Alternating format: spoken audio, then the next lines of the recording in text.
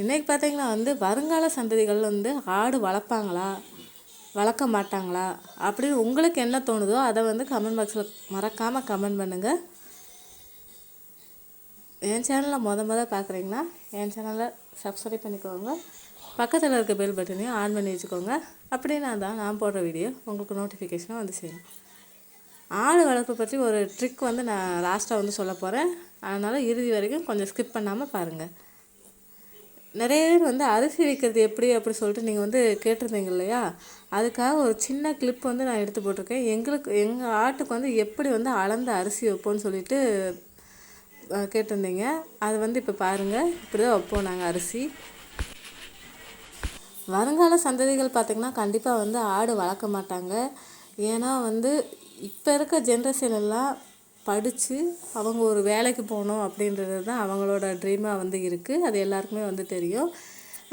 ஆடு வளர்ப்பாங்க. ஆனால் யாரெல்லாம் வளர்ப்பாங்கன்னா இப்போ ஒரு வேலை பார்த்துக்கிட்டு இருப்பாங்க. வேலை பார்த்துட்டு நம்மளுக்கு சைடாக ஒரு இன்கம் வேணும் அப்படின்னு நினைக்கிறவங்க கண்டிப்பாக ஆடு வளர்ப்பாங்க. அதே மாதிரி இப்போ ஒரு கவர்மெண்ட் வேலை பார்க்குறாங்க. அவங்க ரிட்டையர்ட் ஆனதுக்கப்புறம் ஏதாவது பண்ணணும், நம்ம கிராமத்தில் போய் நம்ம வீடு எடுத்து நம்ம ஏதாவது பார்த்துக்கலாம் அப்படி சொல்லிட்டு சில பேர் நினைப்பாங்க. அவங்க என்ன செய்யலாம்னா இந்த ஆடு வளர்க்குறது ஒரு சைடு, அதாவது வயசான காலத்தில் என்ன பண்ணலாம், ஒரு 2 ஆடை வாங்கி அதை சும்மா ஒரு 4 கொலையை கூட கொண்டு போட்டு அது பாட்டில் தின்னுட்டு நல்லா தண்ணி ஊற்ற இது பண்ண எல்லாம் செஞ்சோம்னா அது ஒரு நம்மளுக்கு ஒரு இன்கம்மாக போகும். ரிட்டையர்ட் ஆனதுக்கப்புறம் சில பேர் இந்த மாதிரி இப்போ நிறைய பேர் செய்கிறாங்க. ஆடு வளர்ப்பு தொழிலை ஊக்குவிக்கிறாங்க. ஆனால் வருங்கால சந்ததிகள் அவங்க சைடு இன்கம்மாக தான் வச்சுக்குவாங்களே தவிர யாருமே மெயினாக ஆடு வளர்க்குறது செய்ய மாட்டாங்க. ஏன்னா இப்போ அவங்களுக்குன்னு ஒரு இது இருக்கும். நிறைய பேர் ஆடு வளர்க்குறது ஒரு ஆடு வளர்க்குறாங்களா, வேறு எதுவும் தெரியாதா அப்படின்னு சொல்லிட்டு நிறைய பேர் கேட்குறவங்க இருக்காங்க. அதனால தான் ஆடு வளர்ப்பு மெயினாக இப்போ யாரும் வச்சுக்கிறது கிடையாது. சில பேர் வச்சுருக்காங்க. அவங்க யாரையும் தப்பாக சொல்லலை. ஏன்னா நாங்களும் ஆடு வளர்க்குறோம் இல்லையா? நானும் படிச்சிருக்கேன், 2 டிகிரி படிச்சிருக்கேன். நானுமே அந்த இதை பார்த்துட்டு தான் இருக்கேன்.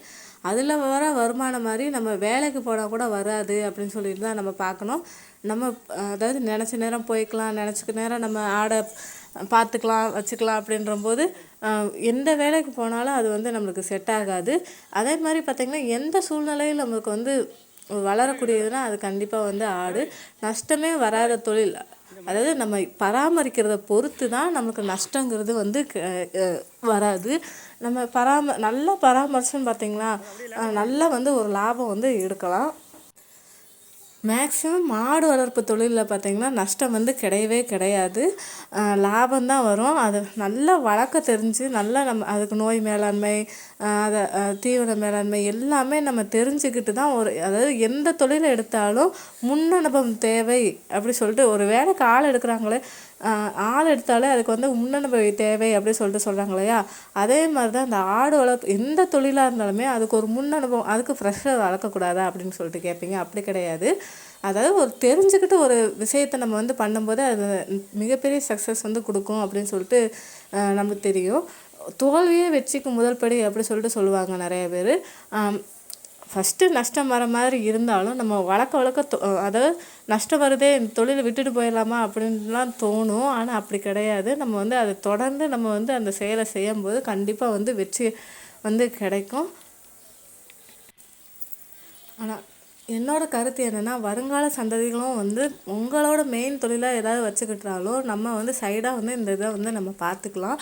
ஏன்னா இப்போ நிறையா இடத்துல பார்த்திங்கன்னா அதோ ஒரு பொண்ணை கல்யாணம் பண்ணி கொடுக்குறாங்கன்னா ஃபஸ்ட்டு நீங்கள் என்ன கேட்பீங்க, என்ன வேலைக்கு போகிறீங்க, உங்களுக்கு வீடு இருக்கா, என்ன இருக்குது அப்படி சொல்லிட்டு தான், புஞ்சை இருக்கா அப்படின்னு சொல்லிட்டு தான் கேட்குறாங்க. நிறைய இங்கே இருக்கவங்களுமே எனக்கு தெரிஞ்ச கிராமத்தில் இருக்கவங்களுமே அவங்க பொண்ணை கட்டி கொடுக்கும்போது ஒரு ஆடு மேய்க்கிறவன் அப்படின்னு சொன்னோடனே உடனே கட்டி கொடுத்துட்றாங்களா? நீங்களே கொஞ்சம் நினச்சி பாருங்கள். கண்டிப்பாக கிடையாது. என்ன ஆடு போய் மேய்ச்சிக்கிட்டு இருக்காங்க அந்த காலத்தில் அப்படி சொல்லிட்டு கண்டிப்பாக சொல்லுவாங்க. ஏதோ ஒரு வேலைக்கு போகலாம்ல அப்படின்னு சொல்லிட்டு தான் நிறைய பேர் கேட்பாங்க. நீங்களுமே உங்கள் இடத்துல யோசிச்சு பாருங்கள். கண்டிப்பாக உங்களுக்கே ஒரு பொண்ணு இருக்குது அப்படின்னா அதை கண்டிப்பாக ஒரு ஆடு மேய்க்கிறவங்களுக்கு கட்டி கொடுப்பீங்களா? கண்டிப்பாக கிடையாதுங்க. அதுதான் உண்மை.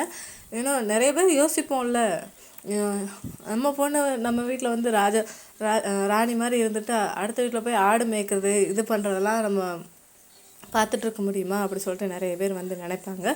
அதனால தான் நான் வந்து சொன்னேன், வருங்கால சந்ததிகள் வந்து கண்டிப்பாக வந்து ஆடு மேய்க்க மாட்டாங்க. சைடாக வேணால் இந்த தொழிலை வந்து பண்ணுறவங்க இருக்காங்க. 100க்கு 90% ஒரு 99% வேணால் வேறு வேலைக்கு போகலாம். 1% வேணால் இந்த ஆடு மேய்க்கிறது, இந்த விவசாயம் பண்ணுறது. ஏன்னா கொஞ்சம் கொஞ்சமாக இருந்ததை விட இப்போ வந்து விவசாயம் எல்லாமே வந்து குறைஞ்சிக்கிட்டு தான் வருது. அதுக்காக வந்து முழுசாக வந்து எதையுமே வந்து நம்ம செய்யாமல் இருக்கக்கூடாது.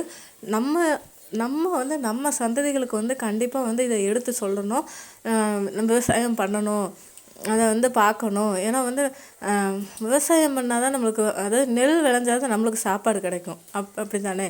அதை யாருமே பண்ணாமல் இருந்தால் நம்ம எப்படி சாப்பிட்றது, எப்படி இது பண்ணுறது? அதை கொஞ்சம் யோசிச்சு பாருங்கள். அதனால் வந்து வருங்கால சந்ததிகளும் கண்டிப்பாக வந்து, அதாவது உங்கள் மெயினாக இல்லைனாலும் கண்டிப்பாக வந்து ஒரு சைடாவது இந்த இதை பண்ணுங்க அப்படின்றத நான் வந்து கேட்டுக்கிறேன். கொஞ்சம் கொஞ்சமாக இந்த தொழில் வந்து நிறைய இடத்துல இருக்குது, இதே மெயினாக பண்ணுறவங்க இருக்காங்க. பட் இருந்தாலும் வந்து இப்போ சில இடத்துல வந்து நஷ்டம் வருது அப்படி சொல்லிட்டு நிறைய இடத்துல வந்து மூடிட்டு போகிறவங்களும் இருக்காங்க அந்த பண்ணையை. அதனால் வந்து சொல்கிறேன், இதை வந்து ஊக்குவிக்கணும். அதாவது ஆடு வளர்க்குறது, அதாவது லோன்லாம் இப்போ வந்து பேங்க்கில் வந்து நமக்கு ஆட்டு லோனு அப்படிலாம் கொடுக்குறாங்க. எங்கள் வீட்லேயுமே பார்த்திங்கன்னா ஆட்டுக்கு மாட்டுக்கு இதுக்கெலாம் வந்து லோன் வாங்கியிருக்கோம். விவசாயம் பண்ணுறதுனால பயிர்க்கடன் அந்த மாதிரி இதுவும் வந்து நல்ல பெனிஃபிட்டாக தான் இருக்குது. ஏன்னா ஒரு வருஷம் உங்களுக்கு வந்து வட்டி இல்லாமல் லோன் கிடைக்குன்னா ரொம்ப நல்லது தானேங்க. அதனால் வந்து இந்த ஆடு வளர்ப்பு தொழிலை இன்னும் வந்து நிறைய பேர் எடுத்து பண்ணணும். நம்ம மட்டும் இல்லாமல் நம்ம வருங்கால சந்ததிகளுக்கும் இதை பற்றி வந்து கொஞ்சம் கொஞ்சமாக வந்து எடுத்து சொல்லணும். நீங்கள் மெயினாக பண்ணலைனாலும் கண்டிப்பாக வந்து ஒரு சைடாக வந்து இதை பண்ணுங்க அப்படி சொல்லிட்டு நாங்கள் வந்து கண்டிப்பாக கேட்டுக்கிறோம். இப்போ நம்ம இருக்கோம்னா நம்ம பிள்ளைங்க வந்து நல்லா படித்து ஏதோ ஒரு வேலைக்கு போகணும், அதாவது கவர்மெண்ட் வேலைக்கு போகணும், இல்லை ஐடி வேலைக்கு போகணும், அந்த வேலைக்கு போகணும், இந்த வேலைக்கு போகணும்னு சொல்லிட்டு நம்ம நினைப்போம். 1000 கனவு நம்மளுக்கு பெற்றோர்களுக்கு வந்து இருக்கும். நம்ம பிள்ளைய போய் ஆடு மேய்க்க விடுறதா அப்படி சொல்லிட்டு நிறைய பேர் நினைப்பாங்க. ஆனால் நிறைய பேர் வந்து ஆடு மேய்க்கவும் விடுறாங்க. இருந்தாலுமே இப்போ வரவங்க வந்து ரொம்ப யோசிக்கிறதுனால கண்டிப்பாக வந்து எல்லோரும் வேலைக்கு போகணுன்னு தான் நினைப்பாங்க. அந்த ஆடு வளர்ப்பு தொழில் வந்து சில இடத்துல வந்து இல்லாமல் வந்து இருக்குது. அதனால் ரொம்பையும் பண்ணாமல் ஒரு 2 ஆடு, வீட்டுக்கு 2 ஆடு, ஒரு கிராமத்துலலாம் பார்த்திங்கன்னா ஈஸியாக நம்ம வந்து 2 ஆடுங்கிற போது ஈஸியாக நம்ம வளர்க்கலாம். ஒரு இடத்துல நல்லா பச்சை பசேன்னு இருக்கிற இடத்துல 2 ஆட்டை கட்டி போட்டு அது பாட்டில் மேய்ஞ்சிக்கிட்டு இருக்கோம். நம்ம பாட்டில் நம்ம வேலையை பார்த்துட்ருக்கலாம். அந்த மாதிரி கூட செய்யலாம். வயசானவங்க வந்து கடைசி காலத்தில் அவங்க கிராமத்தில் வந்து தங்கி ஒரு 2 ஆடு, ஒரு மாடை கூட வச்சுட்டு நம்ம வந்து பார்த்துட்ருக்கலாம். அது கூட நல்ல ஒரு வாய்ப்பாக தான் இருக்குது. நிறைய பேர் வந்து ஃபோன் கால் பண்ணுறீங்க. ஃபோன் கால் வந்து மறந்துட்டோன்னா நீங்கள் தயவுசெய்து மறுபடியும் கூப்பிடுங்க. நாங்கள் கண்டிப்பாக ரெஸ்பான்ஸ் பண்ணுவோம். லேட் ஆகிடுச்சுன்னா ரிப்ளை வர மன்னிச்சிடுங்க.